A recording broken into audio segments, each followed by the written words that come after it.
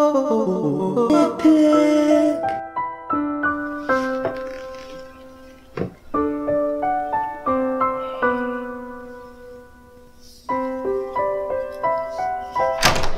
Hey John, what's going on? Oh my god! What are you doing? Oh, you know, just every day. We don't have time for that. Smash is out.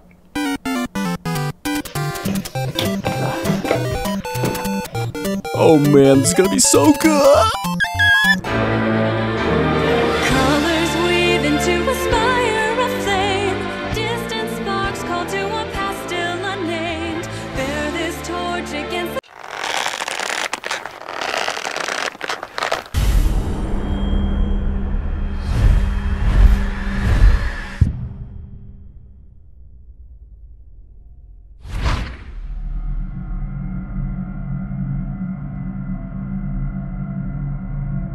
World of Light, the subspace emissary of Smash Ultimate.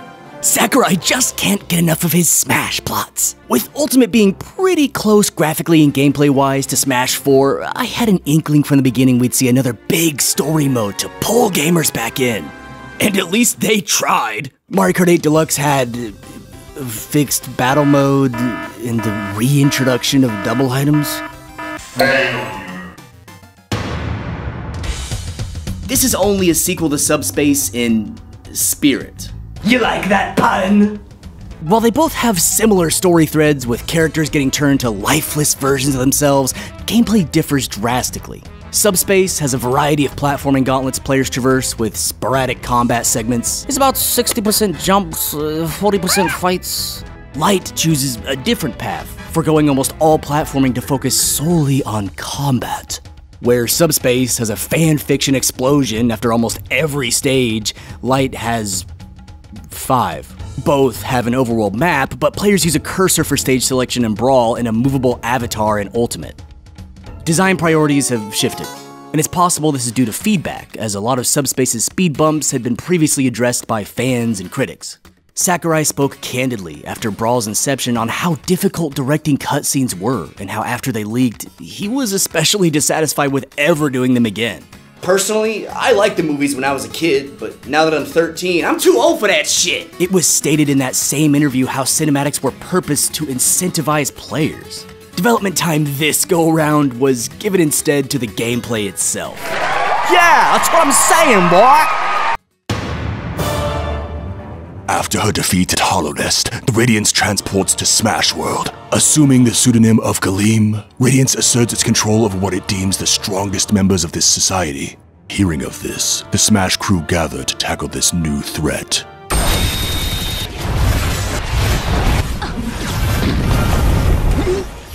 Well,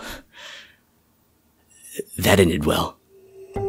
Galeem then creates multiple copies of each fighter to serve as its army and commands spirits from other defeated creatures to control them. The one fighter who avoids this whole copying fiasco is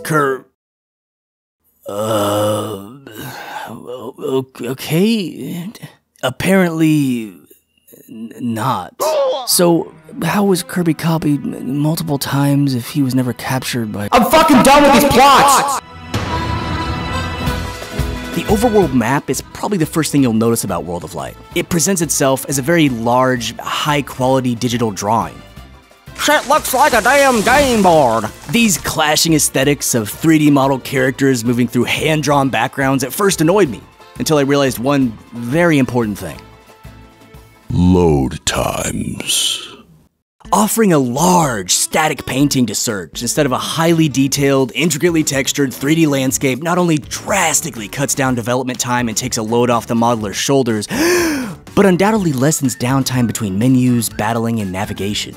Even so, having a few more animated objects on the map, even if also two-dimensional, would have given Light more personality. Once an area is cleared of spirits, they're noticeably barren. The game also provides arrows directing players, but even then, it can be confusing on just where you can and can't go. I mean, look at this. Somebody get in here and clean up this mess! Winning battles across the land unlocks various spirits. Spirits are, They, think of them as equipment, like a sword and shield kind of thing. Like Fire Emblem, spirits have a rock, paper, scissors aspect. But if you don't got time for that, just choose neutral. Primary spirits have slots akin to Diablo, which instead of being filled with gems, are filled with more spirits. It's a weird system. I know. These supports offer certain abilities, like starting the battle with lipstick or making you giant. Not to mention your primaries even level up through combat and being fed snacks. Some even evolve, like Pokemon. In fact, Pokemon exist as spirits, and a couple of them evolve. Dude, that's fucking crazy. World of Light is a collector's wet dream, as new spirits from long-forgotten franchises only you knew about pop up. Shit, surprised to see some obscure picks like Skull Kid, Gino, and Rayman next to well-known staples like Mufasa, Oribe Carnage Form, Goldbone, and Mocha. What a day to be alive. It doesn't end there. You can also summon more spirits by offering specific sacrifices, train them in dojos to enhance their abilities, and Muhammad Ali, this is endless! I'm surprised I haven't seen people call out just how many Spoilers! exist with these trophies. Tetra becoming Zelda, Mother Brain's second form, Chun-Li becoming Chun-Li. Wait, what? Remember event matches? Birthed in Melee, they were these unique challenges players completed to unlock additional content. Taking inspiration from Smash 64's classic mode, you'd face a gauntlet of fighters, or a giant Yoshi, maybe a ton of small Kirbys. But then matches got even more creative. Staying alive on a scrolling stage, only being able to harm enemies through use of Pokemon, and having to KO Sheik instead of Zelda, or it wouldn't count. All topped off with An epic Giga Bowser showdown. Well, Ultimate takes this concept and stretches it across a huge adventure. I kid you not, this thing goes on Forever. To 100% this mode takes around 20 to 35 hours. This makes World of Light over Twice the length. of Subspace Emissary, which was already surprisingly long. Each stage has a new challenge set to imitate the spirit inhabiting it. Buzz from Earthbound is a ridiculously small Game & Watch with 300% damage, dying pretty much instantly when touched, and Joan, who sells turnips in Animal Crossing, becomes a Peach, who constantly pulls up turnips. These ideas are cute and work pretty well for the most part until they're repeated over and over and over. Each encounter sticks to a small variety of scenarios, Frankensteining aspects from other categories to create slightly different experiences. The main ones you'll see are hazardous floors, large and small fighters, stamina mode, wind conditions, and item-based. Take one on this list and mix it with another one and you got yourself a World of Light scenario. In this match versus Electrode, Ultimate pits me against Pac-Man, who I guess represents Electrode. I mean, well, he's around. But this is my issue. Nintendo boxed themselves into a corner by requiring each of these scenarios to be combat-oriented. This would have been so much more interesting if instead of fighting Pac-Man, Electrodes appeared in a set pattern across the stage and players had to dodge explosions for a minute straight to win. This wouldn't even be difficult to do, as Electrode is already in the game as a random Pokemon. Remember earlier when I mentioned those creative Melee event matches? Well, there's not one instance where both enemies are invincible and have to destroy each other through item usage only. No surviving through a platforming gauntlet while constantly being harassed. No race to the finish. It's just combat. Even weirder, players are encouraged to eliminate the uniqueness of these encounters through use of spirits. For each of these floor and wind conditions, there's a spirit that either lessens their impact or makes the protagonist immune to their effects. What an odd design decision.